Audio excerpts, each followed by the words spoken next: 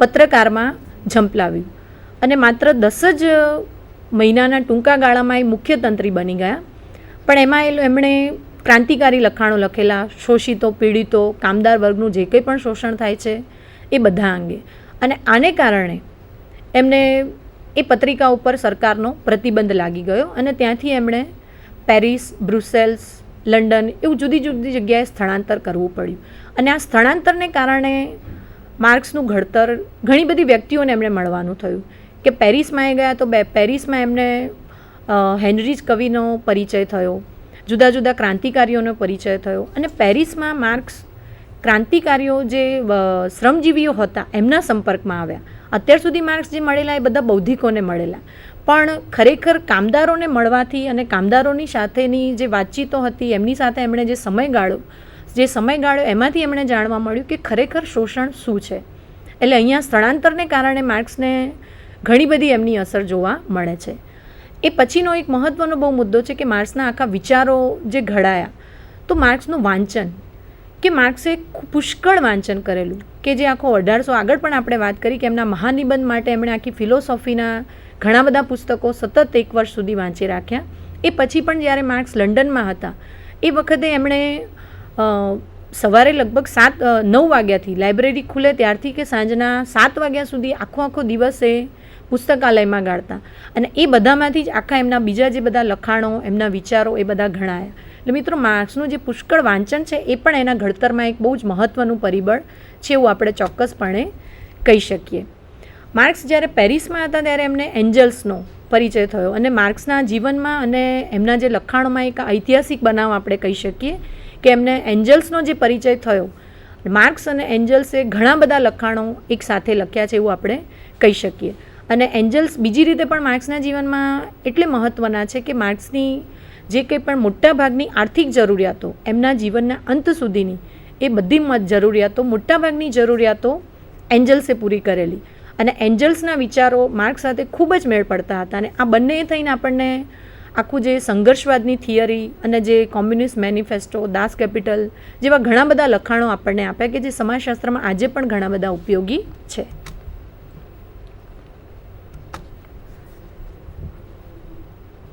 હવે માર્ક્સના જીવન વિશે આપણે થોડી ઘણી વાત કરીએ કે માર્ક્સે જીવન ગાળ્યું એમાં કે માર્ક્સ જ્યારે જુદી જુદી જગ્યાએ શરૂઆત તો એમણે જર્મનીથી કરી, પણ જર્મનીમાં જુદા જુદા પક્ષોની જે દબાણ હતું એને કારણે એમને દેશ નિકાલ ભોગવવો પડ્યો.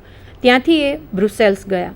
બ્રુસેલ્સમાં એમણે જે રાજકીય શાસક પક્ષ હતો એમને એવી બાંહેધરી લેખિતમાં આપવી પડી કે હું કોઈ પણ રાજકીય ખટપટોમાં પડીશ નહીં.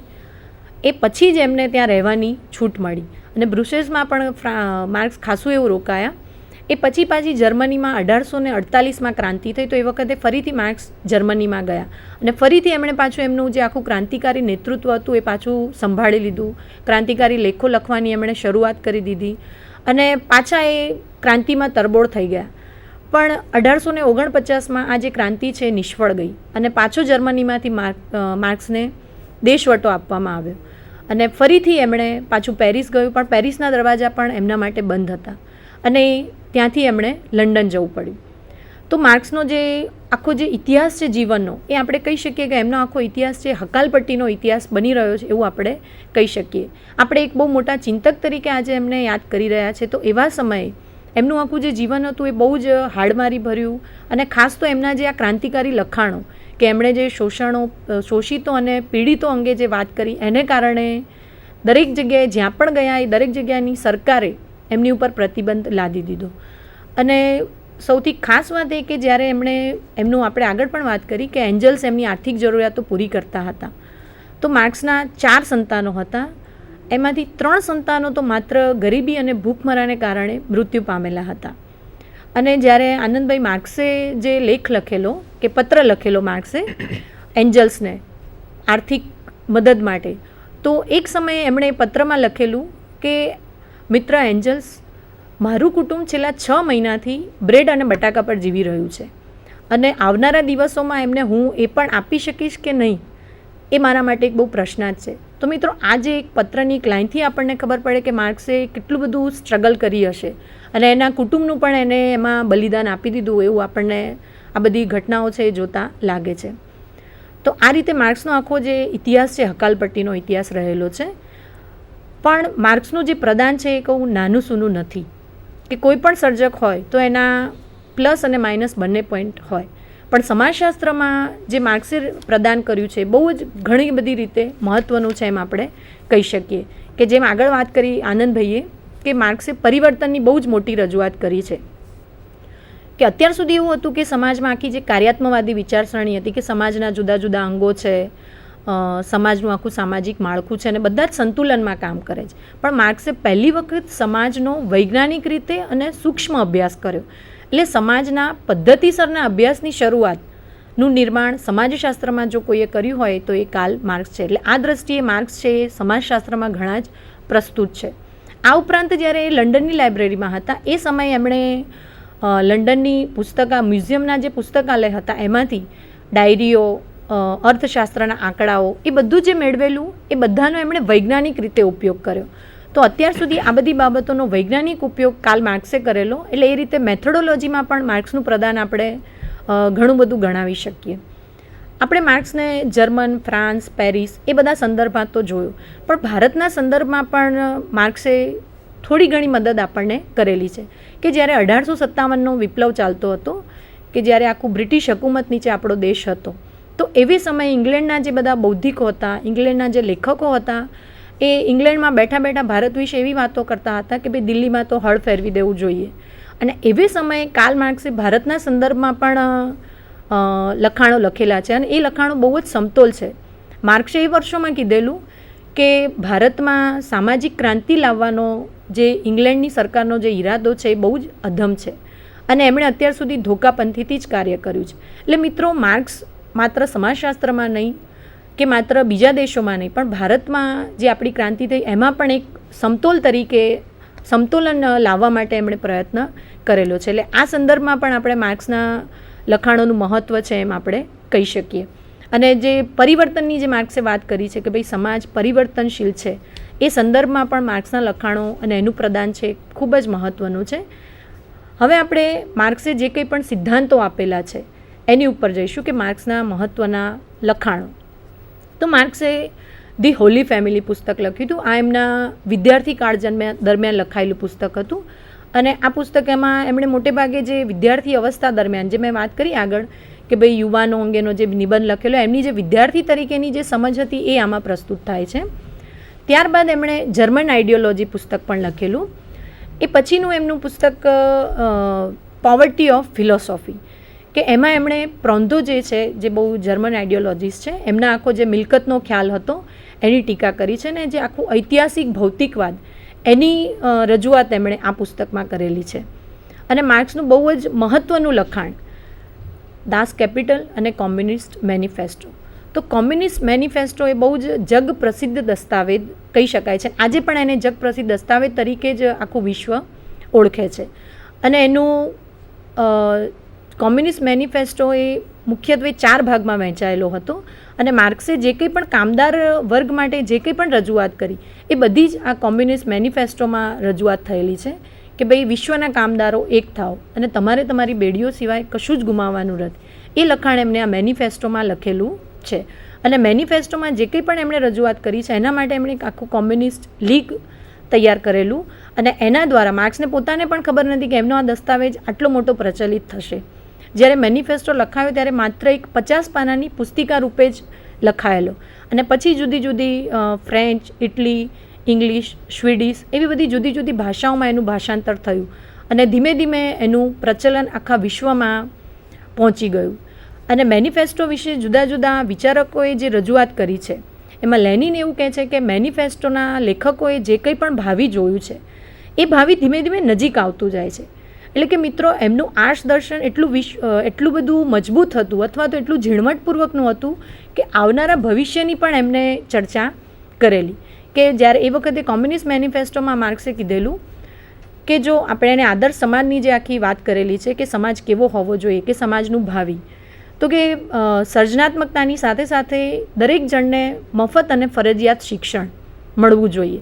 તો એ વિચાર આજે પણ આટલા વર્ષે અહીંયા પ્રસ્તુત છે. એટલે આપણે સમજી શકીએ છીએ કે ભવિષ્યના સમાજનું પણ માર્ક્સે કેટલું બહુ ઊંડાણપૂર્વક આર્ષ દર્શન કરેલું છે. એ પછીનો માર્ક્સનો બહુ જ મહત્ત્વનો ગ્રંથ છે દાસ કેપિટલ.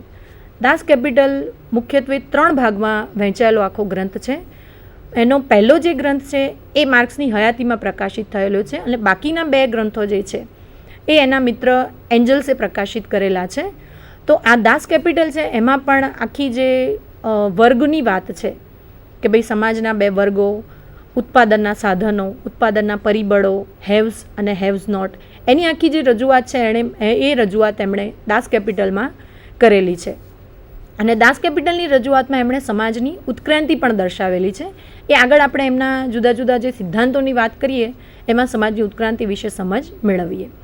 તો આ મિત્રો માર્ક્સના જુદા જુદા લખાણો હતા. હવે આપણે વાત કરીએ કે એમણે કયા કયા સિદ્ધાંતો આપેલા છે. તો કોઈ પણ ચિંતક હોય તો એનું મહત્ત્વનું જો પ્રદાન હોય તો એણે આપેલી થિયરી, એણે આપેલા સિદ્ધાંતો.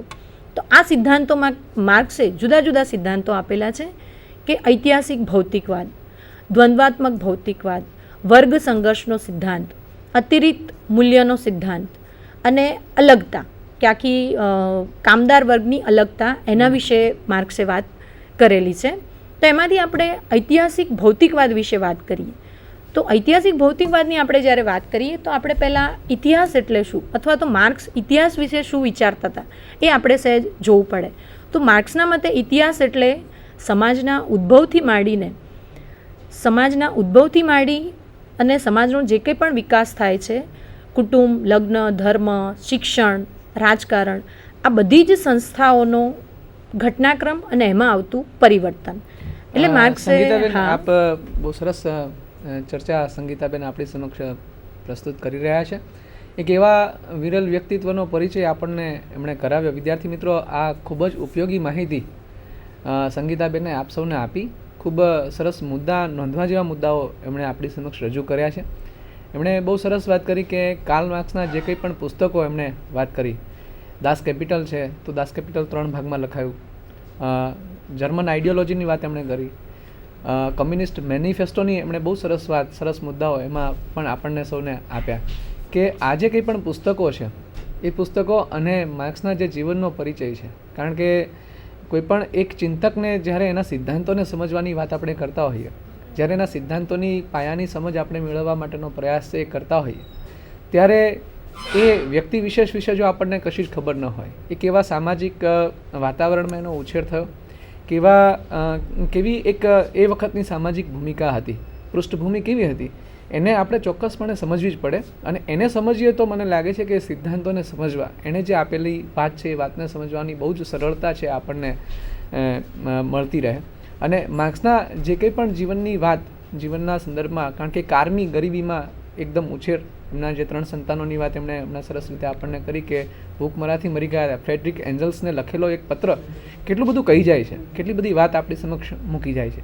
એટલે એ એન્જલ્સના પત્રમાં પણ આ બધી વાતો આપણને જાણવા મળે છે, આપણને શોધવા મળે છે. એટલે વિદ્યાર્થી મિત્રો, આ જે વાત સંગીતાબેનને અત્યારે આપણી સમક્ષ મૂકી, ખરેખર એક સમાજશાસ્ત્રના વિદ્યાર્થી તરીકે, કારણ કે માર્ક્સ પોતે પત્રકાર તો હતા, પણ એની સાથે સાથે અર્થશાસ્ત્ર, રાજકારણ, સમાજની જે પરિસ્થિતિ, એની વિશેનું માર્ક્સનું ચિંતન ખરેખર હચમચાવી મૂકે એવું એક ચિંતન એમણે એ સમયમાં આપણને મૂક્યું હતું. અને વિદ્યાર્થી મિત્રો, સૌથી મહત્ત્વનો મુદ્દો એ એનો સમયગાળો છે.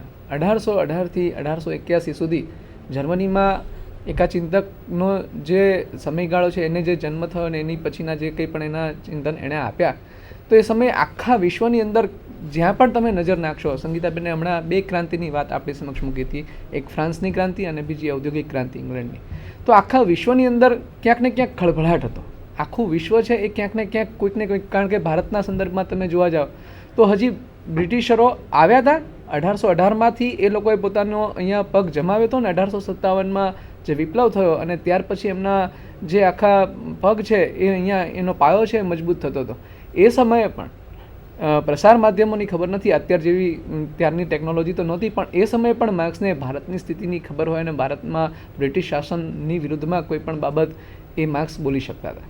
એટલે માર્ક્સનો જે આખો પ્રભાવ અને એમનું જે ચિંતન, એમનું જે વાંચન, એમનું જે મનન, એની બહુ જ સરસ અને ઊંડાણપૂર્વકની માહિતી આપણને સૌને પ્રાપ્ત થઈ રહી છે. એટલે કદાચ આગામી જે કંઈ પણ સ્પર્ધાત્મક પરીક્ષાઓમાં પણ માર્ક્સ વિશે આપણે કદાચ કોઈ વાત કરવી હોય તો મને લાગે છે આ બધા જેના પુસ્તકો, આ બધા જેના વિચારો આ ખૂબ ઉપયોગી છે. મેં આગળ પણ કહ્યું હતું કે કોઈ વ્યક્તિ ક્યાંક કોઈ વિચારક એ આખરે તો એક માનવી છે, એટલે ક્યાંક કોઈક ને કોઈક મર્યાદા હશે, પણ એણે જે કોન્ટ્રીબ્યુશન આપ્યું છે, એનું જે પ્રદાન આપ્યું છે, અને એમાં એણે જે સિદ્ધાંતોના સંદર્ભમાં વાત કરી છે. અત્યારે સંગીતાબેને શરૂઆત છે એ કરી હમણાં ઐતિહાસિક ભૌતિકવાદ, ઇતિહાસનો આખો એક જે ભૌતિકવાદી ખ્યાલ કાર્લ માર્ક્સે આપણી સમક્ષ આપ્યો. વિદ્યાર્થી મિત્રો, અહીંયા એક વાત આપણે ન ભૂલવી જોઈએ, માર્ક્સના બધા જ સિદ્ધાંતો આપણે સમજીશું અને બધા જ સિદ્ધાંતોના સંદર્ભમાં આપણે વાત કરીશું. સંગીતાબેને હમણાં વાત કરી કે જ્યારે બર્લિનમાં હતા અને જ્યારે માર્ક્સની ઉપર હેગલની અસર, હેગલની જે કંઈ પણ ઇમ્પેક્ટ છે એ હતી, એટલે હેગલવાદી જે વિચારકો હતા, હેગલવાદી જે થિયરી હતી, વાદ, પ્રતિવાદ અને સંવાદ, થીસીસ, એન્ટીથીસીસ અને સિન્થેસિસની વાત એમણે કરી. અને હેગલે વાત કરી કે સૌથી પહેલાં વિચાર આવે છે ને ત્યાર પછી બીજી બધી વસ્તુઓ બનતી હોય છે. એ હેગલિયન થિયરીની આખી અસરને પછી એમાંથી નવી વાત માર્ક્સે કરી. એટલે માર્ક્સે હંમેશા હમણાં આગળ પણ કીધું હતું પરિવર્તનની વાત, એટલે એના માર્ક્સને જ્યારે મૂલ્યવાની વાત કરવી હોય ત્યારે એને સોશિયલ ડાયનેમિક્સ તરીકે જ ઓળખી શકાય, એને સ્ટેટિક્સ આપણે કહી શકતા નથી. એટલે એણે ડાયનેમિક્સની વાત કરી છે, અને નવરચના, સમાજમાં નવરચના કેવી રીતે બની શકે, નવી એક રચના છે એનો ઉદ્ભવ કેવી રીતે થઈ શકે, અને આખું સમાજનું માળખું એને સમજવા માટેનો પ્રયાસ કર્યો. ઐતિહાસિક ભૌતિકવાદ એના સંદર્ભમાં હમણાં જ બેને બહુ સરસ વાત કરી કે એણે પહેલાં આખો જે સિદ્ધાંત છે એ સિદ્ધાંતને જુદા જુદા વિદ્યાર્થી મિત્રો ખૂબ લાંબો આમ એક અભ્યાસ કરતા હોઈએ ત્યારે ચિંતકો આપણને સમજવા ઘણી વખત માથાના દુખાવા સમાન લાગતા હોય છે, અથવા તો ચિંતકોમાં આપણને રસ કે રુચિ પડતી નથી, અથવા તો એમ થાય કે આ મને આવડશે કે ફાવશે કે નહીં ફાવે, અથવા તો સમજાશે કે નહીં, આ બધા પ્રશ્નો થતા હોય. પણ આ જ સિદ્ધાંતને, આટલો લાંબો એક જે સિદ્ધાંત એણે આપણી સમક્ષ મૂક્યો છે, કદાચ એને તમે જુદા જુદા વિભાગમાં જો વિભાજિત કરી દેશો અને એ વિભાગમાં વિભાજિત કરીને એને સમજવા માટેનો પ્રયાસ કરશો, મને લાગે છે કે આ બધા જ સિદ્ધાંતો માર્ક્સના અથવા તો કોઈ પણ ચિંતકના સિદ્ધાંતો એ તમને સમજવા માટે ખૂબ સરળ બની રહેશે. આ પહેલાં જે પાર્ટની અંદર સંગીતાબેન હવે આપને જે વાત કરવાના છે એમાં ઇતિહાસ કોને કહેવાય એની વાત એણે કરી છે, અને ત્યાર પછી ભૌતિક પાયા ઉપરનું અર્થઘટન શું છે એના સંદર્ભમાં એણે વાત કરી છે, અને ત્યાર પછી સમાજના સંદર્ભમાં સમાજના સામાજિક સંબંધોનો પાયો શું હતો અને સામાજિક ઉત્ક્રાંતિ કેવી રીતે થઈ, કેવા કેવા પ્રકારના વર્ગો પહેલાં હતા ઇતિહાસમાં, અને એ કેવી રીતે ધીમે ધીમે ધીમે આ આખી વસ્તુ આવી, અને એ આખી જે વર્ગવિહીન સમાજ વ્યવસ્થાની વાત માર્ક્સ આપણી સમક્ષ મૂકવાના છે, એની એક સરસ રજૂઆત હવે આપણે સાંભળવાના છે. ઇતિહાસની સુંદર વ્યાખ્યા માર્ક્સે આપેલી સંગીતાબેને વાત કરી કે ઇતિહાસ એટલે શું, તો માનવ સમાજના ઉદ્ભવકાળથી માંડીને આજ સુધી, જો એમાં પણ પરિવર્તનની વાત આવે